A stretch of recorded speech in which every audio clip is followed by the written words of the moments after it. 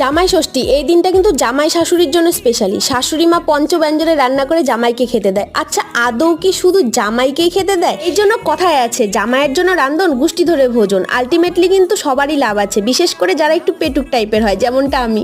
এবার চলো কেকে আসি। কেকটা দেখে তো বুঝেই গেছো, কেকটা ছিল রেড ভেলভেট ফ্লেভারের আর অর্ডারটা করেছিল একটা দিদি। দিদিকে আমি 2-3টে ফটো দিয়েছিলাম, সেখান থেকে দিদি একটা চুজ করে দিয়েছিল, কিন্তু আমি দিদিকে না জানিয়ে সেই ডিজাইনটার থেকেও আমি এই কেকের ডিজাইনটা কিছুটা চেঞ্জ করে দিয়েছিলাম। যেমন কি রেড কালারের জায়গাগুলোতে রেড ফন্ডেন্ট দেওয়া ছিল, সেগুলো গলে যেত ভালো লাগতো না, তার জন্য আমি রেড ক্রামস দিয়ে করে দিয়েছি, যেহেতু রেড ভেলভেটই ছিল আর কেকের কালারটা অন্য ছিল, কিন্তু আমার মনে হলো হোয়াইটটা রাখলে বেশি ভালো লাগবে, তার জন্য সেই হোয়াইটটাই রেখেছি।